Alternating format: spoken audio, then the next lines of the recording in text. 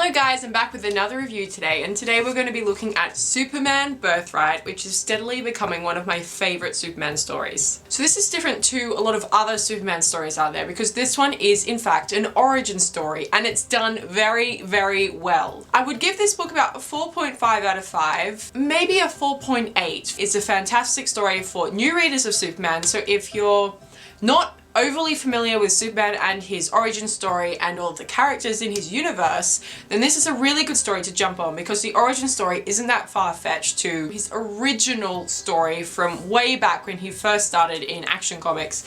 This story actually goes along the same sort of plot. And yes, there are slight differences, but I think that is because it is more in tune with the modern day audiences, but not so far that we're going into Superman Earth 1, which I'm still on the fence about. So Superman Birthright was written by Mark Waid all the way back in 2003, 2004 roughly, and it was originally published in 12 issues, I believe. So you can always try to find these 12 issues and collect them if you want to read it, or you can get the trade paperback. I highly recommend getting the trade paperback because it is a much easier form to read it in, and there's a little bit more, some backstory about how they went about the plot and everything for this book. So let's get into the basic plot of this story. So as I said before, this is an origin story of Superman. In my opinion, this book is how I wanted Man of Steel to be. But of course we did not get that with Man of Steel. It would have been a much smoother transition into BVS. And of course we have to mention Smallville, the television show, for this book because it was sort of both developed around the same time. So if you really like the Smallville TV show, you will like Superman Birthright because they are very similar in tone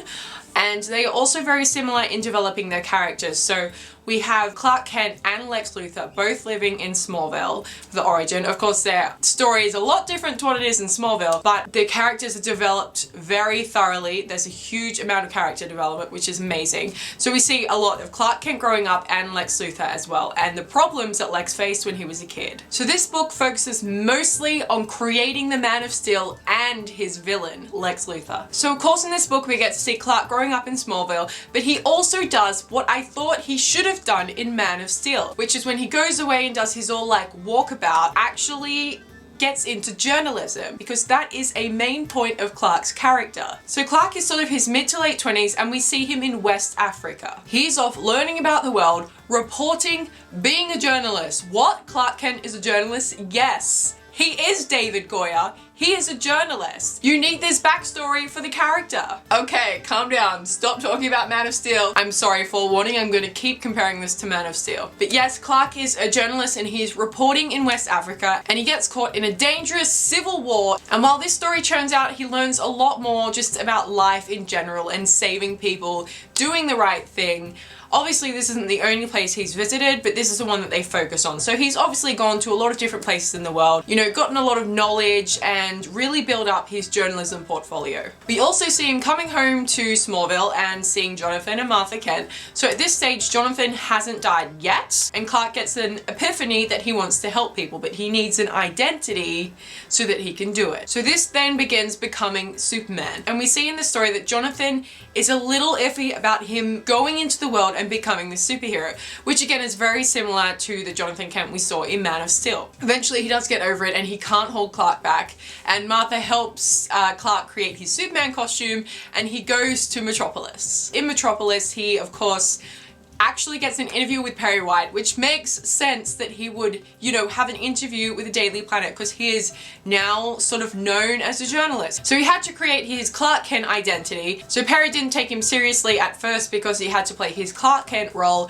of being a humble reporter and not standing out in the bullpen and such, but he does make his own way in this story in Metropolis and he does get hired at the Daily Planet alongside Lois and Jimmy. One of my favorite scenes in this book is always an iconic moment in Superman when Superman comes and saves Lois out of a helicopter, and that is how Clark debuted as Superman. So while this is all happening, we have Lex Luthor as well. Lex has grown up, and this is where we get the backstory of Lex and Clark, which I'm not going to go into because that's going to take forever. But what I wanted to say quickly was the connection of Lex with the cinematic Lex. So I have said previously that the younger Lex looked a lot like Jesse Eisenberg in BVS. So this is the younger version of Lex that we see in Smallville in this book. Looks very, very similar to Jesse Eisenberg, which I thought is maybe where they got that whole idea from. But his personality is nothing alike in this book, so don't be fooled. I really love the Lex in this book because you can see the craziness and the God complex. Especially when he was younger, you can just see that everyone looks at him like he's crazy because he has these really big, crazy ideas that may not be the best idea at the time, but it's like a higher level of thinking that he's going through. So the Lex in this book is actually very deep, and there's so many layers to him, which is really, really interesting to see developed. So Lex in this story obviously becomes the big bad. He has a God complex, so of course when Superman comes into play, he does not want this around. He likes to be the top dog, the top person, and any challenges he will probably accept, but he wants to defeat them. So in this finale, Lex tries to bring down Superman, and wanting to show the public that Superman is not this amazing godlike superhero, Lex creates this army of super entities all carrying the House of L symbol to show that Superman is actually the scout for an alien invasion. So of course this scares the crap out of everybody, and Superman's name is dragged through the dirt, but of course he prevails. He stops Lex's supervillain army and saves the day. So all in all, for me, this is a fantastic story. I don't know why I said I rated it 4.8 or 4.9. This definitely deserves a 5. Now that I'm talking about it again, it is really almost on par with All-Star Superman. As an origin story, it is fantastic.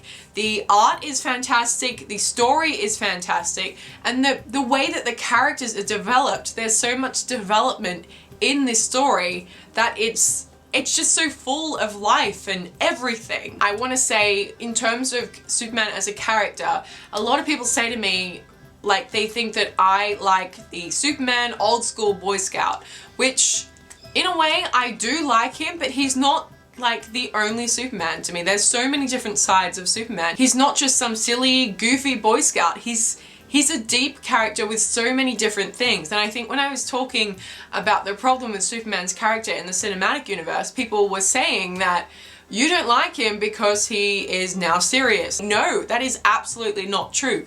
This book perfectly captures all sides of Superman's personality. We see the goofy, shy reporter facade, we see serious Superman, we see light-hearted Superman, we see everything all in one. We see every single part of Superman, which I really, really, really wished this was the character that we had in the cinematic universe, but of course we don't have that. Thank you, David Goyer, Jesus Christ. So yes, I highly suggest picking this one up, and I really, really hope you enjoyed my review today, guys. This is a fantastic book. Thank you so much for watching this video, guys. I hope you enjoyed, and I will see you very, very soon. Goodbye.